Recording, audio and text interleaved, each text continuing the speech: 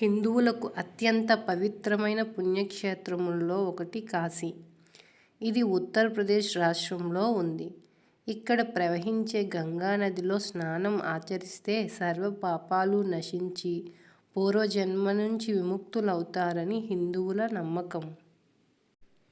వరుణ, అసి అనే 2 నదులు ఈ నగరం వద్ద గంగా నదిలో కలుస్తాయి. అందుచేత ఈ క్షేత్రాన్ని వారణాసి అని కూడా అంటారు. కాశీ అనే పదం ప్రకాశించటం లేదా కనిపించడం అనే పదం పాత సంస్కృత పదం కాస్ నుండి ఉద్భవించింది. బ్రిటిష్ వారి వాడుకలో వారణాసి బెనారస్ అనిగా మారింది.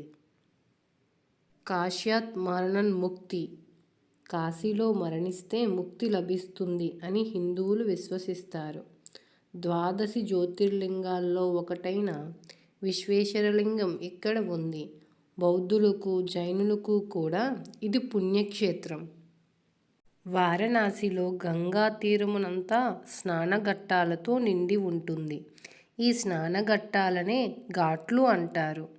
వారణాసిలో గంగానది తీరమున 84 ఘాట్లు ఉన్నాయి. ఈ ఘాట్లను ఎక్కువగా స్నానానికి, దహనకాండలకు వాడుతారు. కొన్ని ఘాట్లు పురాణ గాథలతో ముడిపడి ఉన్నాయి.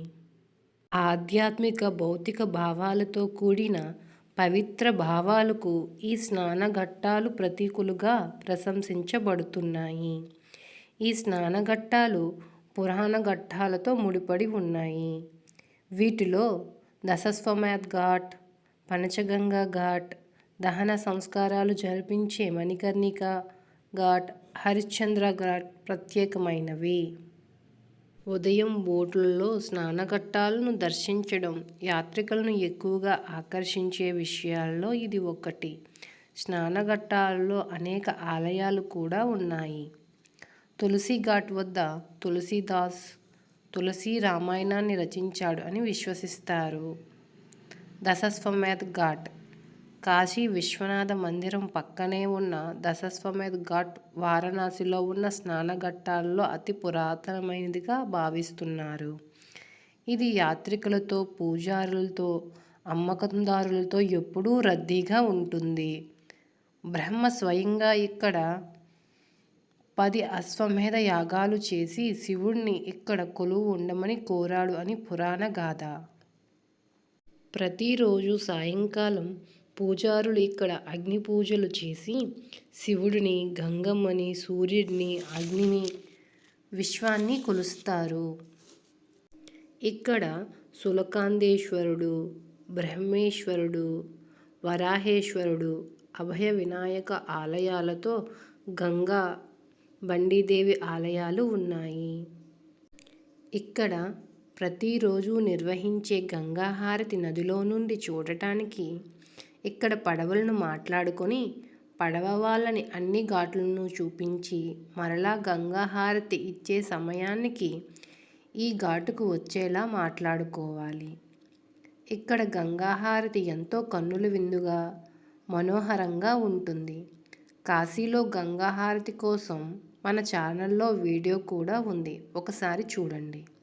సాధారణంగా హారతి ముగిసిన తరువాత నది నిర్మానుషంగా ఉంటుంది.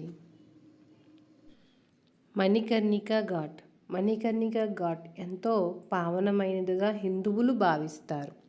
చరిత్ర ప్రకారం శివుని సమక్షంలో విష్ణువు ఇక్కడ తన సుదర్శన చక్రంతో ఒక గోతిని తవ్వాడు. దానిని తన స్వేదముతో నింపుతుండగా విష్ణువు చెవికుండలం అందులో పడింది అని ఒక కథ. మరొక కథ ప్రకారం పార్వతీదేవి తన చెవిపోగును ఇక్కడ దాచిపెట్టి దానిని వెతకమని శివుణ్ణి కోరింది. దానికోసం వెతుకుతూ అక్కడే శివుడు ఉండిపోవడం వల్ల అతడు దేశదిమ్మరి కాడని పార్వతి ఆలోచనట. ఇక్కడ దహనమైన శరీరం తాలూకా ఆత్మను శివుడు స్వయంగా మణికర్ణిక కనిపించిందా అని అడుగుతాడట. పురాణ కథల ప్రకారం ఈ మణికర్ణికా ఘాట్ యజమానే హరిశ్చంద్రుని కొని హరిశ్చంద్ర ఘాట్లో కాటి కాపరిగా నియమించాడు. దీనికోసం ఒక మూవీ కూడా ఉంది, చాలా బాగుంటుంది, రామారావు గారిది. మణికర్ణికా ఘాట్ హరిశ్చంద్ర ఘాట్లలో అధికంగా దహన సంస్కారాలు జరుగుతాయి. మణికర్ణికా ఘాట్లో మహాశ్మశాన వాటిక అని మరొక పేరు కూడా ఉంది. ఈ ఘాట్ల గురించి మరొక కథనం కూడా ప్రచారం ఉంది. ఈ తీర్థమును ఈశ్వరుడు చూడాలని అనుకుని పరమేష్టికై 1008 సంవత్సరాలు తపస్సు చేశాడట. ఈశ్వరుడు ప్రత్యక్షమై ఆ తీర్థం విశిష్టతను తెలుసుకుని చాలా సంతోషించి తల ఊపాడట. ఈ ఘాటు వద్ద ఉన్న తారకేశ్వర ఆలయం నుండి పరమేశ్వరుడు మరణిస్తున్న వారి చెవిలో తారకనామం ఉపదేశిస్తాడని విశ్వసించబడుతుంది. ఇక్కడ మరణించిన వారికి మోక్షం ప్రసాదించమని పరమశివుడు విష్ణువును కోరిన ప్రదేశమిది. ఈ మణికర్ణికా ఘాట్లో మిట్ట మధ్యాహ్నం మణికర్ణికా స్తవం చదువుకొని స్నానం చేసినా చాలా పుణ్యం వస్తుందని శంకర భగవత్పాదులు వారు శివానంద లహరిలో చెప్పారు. అంతటి పుణ్యం కాశీలోని మణికర్ణికా ఘాట్లో మధ్యాహ్నం స్నానం చేసినా కలుగుతుందని, ఈ పుణ్యఫలం కాశీలో ఒక యజ్ఞం చేసిన దానికంటే ఎక్కువ అని చాగంటి తన శివవైభవ ప్రసంగంలో చెప్పారని ప్రజల విశ్వాసం. ప్రయాగ్ ఘాట్. ఇక్కడ భూగర్భంలో గంగతో యమునా సరస్వతులు కలుస్తాయి. సోమేశ్వర్ ఘాట్ చంద్రుని చేత నిర్మితమైనది. మీర్ ఘాట్ సతీదేవి కన్ను పడిన స్థలం. విశాలాక్షీదేవి శక్తిపీఠం. ఇక్కడే యముడు ప్రతిష్ఠించిన లింగం ఉంటుంది. నేపాలీ ఘాట్ పశుపతినాథ్ మందిరం. బంగారు కలశంతో నేపాల్ రాజు కట్టినాడు. విశ్వేశ్వర ఘాట్ ఇప్పుడు సింధీ ఘాట్ అని అంటారు. ఇక్కడే అహల్యాబాయి తపస్సు చేసిందట. ఇక్కడ స్నానం చేసి భక్తులందరూ బిందు మాధవుని దర్శించుకుంటారు. పంచగంగా ఘాట్. ఇక్కడే భూగర్భం నుండి గంగలో 5 నదులు కలుస్తాయి. అందువలన దీన్ని పంచగంగా ఘాట్ అంటారు. గాయ్ ఘాట్. ఇక్కడ గోపూజ జరుగుతుంది. తులసి ఘాట్ తులసీదాస్ సాధన చేసి రామచరితమానస్ లిఖించిన శివుని ఆదేశం పొందిన స్థలం. హనుమాన్ ఘాట్.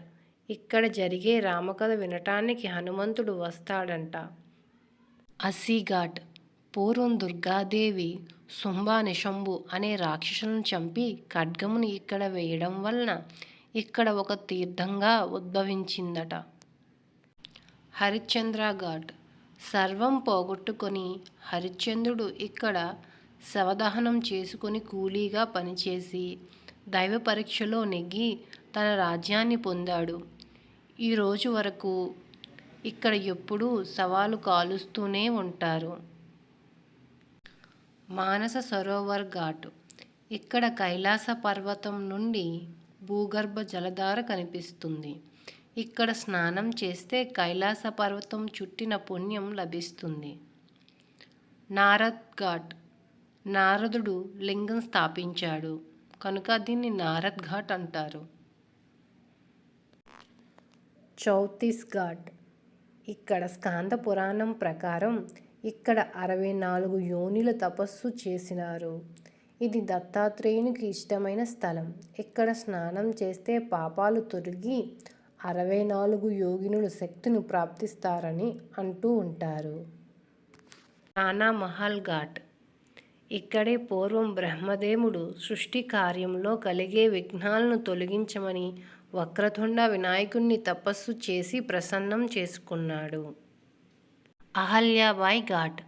ఈమె కారణంగానే మనం ఈరోజు కాశీ విశ్వనాథుణ్ణి దర్శిస్తున్నాము.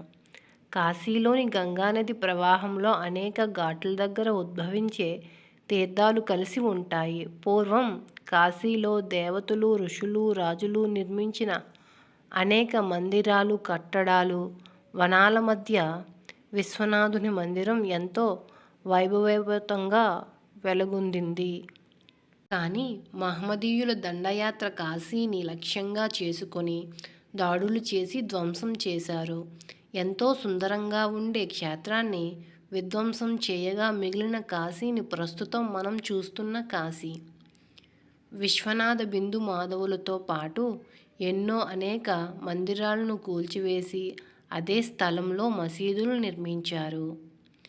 నేటికి విశ్వనాథ మందిరంలో నంది మసీదు వైపు గల కూల్చబడ్డ మందిరం వైపు చూస్తుంది. అక్కడే శివుడు త్రిశూలంతో త్రవ్విన జ్ఞానవాపి తీర్థం బావి ఉంటుంది. మందిరానికి పక్కనే ఇండోర్ రాణి శ్రీ అహల్యాబాయి హోల్కర్ గారు కట్టించారు. కాశీ స్మరణం మోక్షకారకం. కాశీ పుణ్యక్షేత్రం గురించి, ఇక్కడ మహత్యాలు గురించి స్వయంగా అనుభవిస్తే తప్ప చెబితే అర్థమయ్యేది కాదు. Thank you for watching.